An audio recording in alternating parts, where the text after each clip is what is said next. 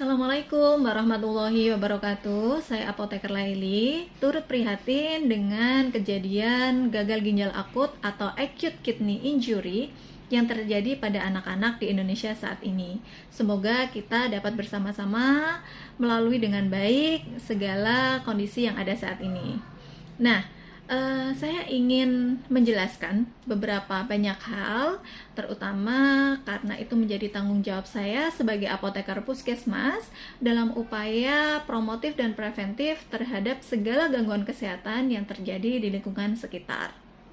Nah, mungkin teman-teman bertanya, apa sih hubungannya antara gagal ginjal akut, kemudian obat berbentuk sirup, dan juga senyawa etilen glikol dan dietilen glikol yang menjadi trending topik saat ini?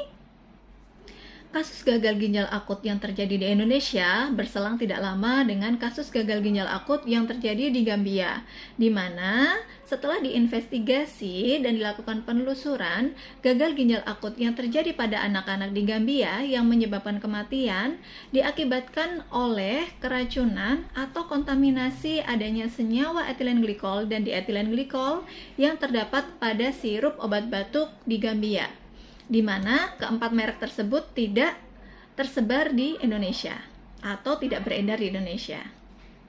Mungkin inilah yang menjadi salah satu mitigasi dari BPOM dan Kemenkes untuk melakukan pengujian yang sama terhadap obat-obat berbentuk sirup yang ada di Indonesia. Nah, gejala gangguan ginjal akut yang menyebabkan kematian pada anak-anak di Indonesia diantaranya adalah diare, mual, muntah, demam 3-5 hari, penurunan kesadaran, dan juga terjadinya anuria atau penurunan frekuensi buang air kecil atau tidak buang air kecil sama sekali. Lalu mungkin yang menjadi pertanyaan dari teman-teman, apakah etilen glikol dan dietilen glikol digunakan pada sediaan obat berbentuk sirup di Indonesia? Jawabannya adalah tidak. Karena BPOM sudah melarang penggunaan etilen glikol dan dietilen glikol pada sediaan obat di Indonesia. Lalu, mengapa kita masih melakukan pengujian dan investigasi lebih lanjut terhadap sirup-sirup obat yang ada di Indonesia sedangkan BPOM sudah melarangnya? Jawabannya adalah karena etilen glikol dan dietilen glikol adalah senyawa impurities atau produk sampingan hasil produksi dari kosolven yang legal digunakan di Indonesia, yang digunakan pada sediaan sirup atau sediaan cairan di Indonesia. Nah, kosolven yang legal digunakan dalam sediaan obat berbentuk cair di Indonesia diantaranya adalah PEG atau polyethylene glycol, PG, propylene glycol, sorbitol, dan gliserol. Lalu, kosolven itu apa sih? Kosolven adalah suatu zat atau bahan tambahan yang digunakan untuk meningkatkan kelarutan dari bahan aktif supaya bahan aktif ini lebih mudah larut dan tidak membutuhkan pelarut dalam jumlah yang lebih banyak, sehingga sirup yang diedarkan di masyarakat volumenya tidak terlalu besar. Etilen glikol dan dietilen glikol memiliki kadar batas maksimum yang masih diperbolehkan menjadi impurities pada bahan baku kosolven di Indonesia.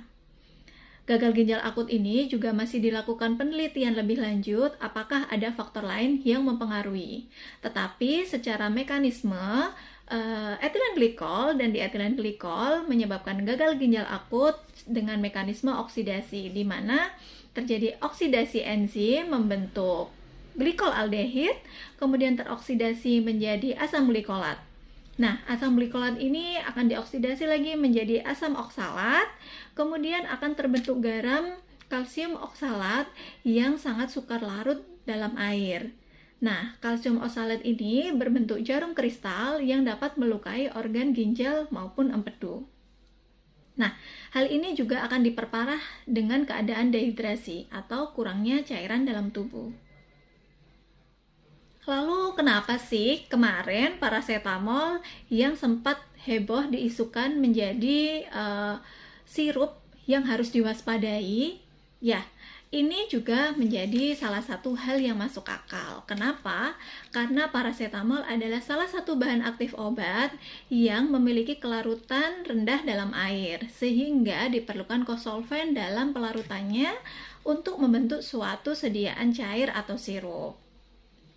Lalu dalam kondisi dan situasi seperti ini, apa sih yang harus kita lakukan? Yang pertama, kita harus tetap tenang, tidak panik, tetapi harus tetap waspada.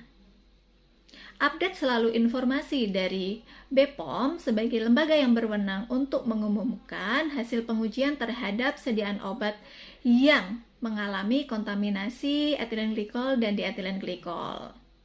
Kemudian, teman-teman ketika melakukan pengobatan, konsultasikan dulu dengan tenaga kesehatan, dengan dokter dan apoteker, dan akan dipilihkan obat-obat pengganti yang disesuaikan dengan kebutuhan pasien. Lalu bagaimana jika anak-anak kita sudah terlanjur mengkonsumsi obat dalam bentuk cairan yang ternyata mengandung etilen glikol dan dietilen glikol? Maka yang perlu kita lakukan tidak perlu panik, tetapi pantau buang air kecil si kecil atau urin si kecil apakah terjadi penurunan frekuensi atau tidak buang air kecil sama sekali.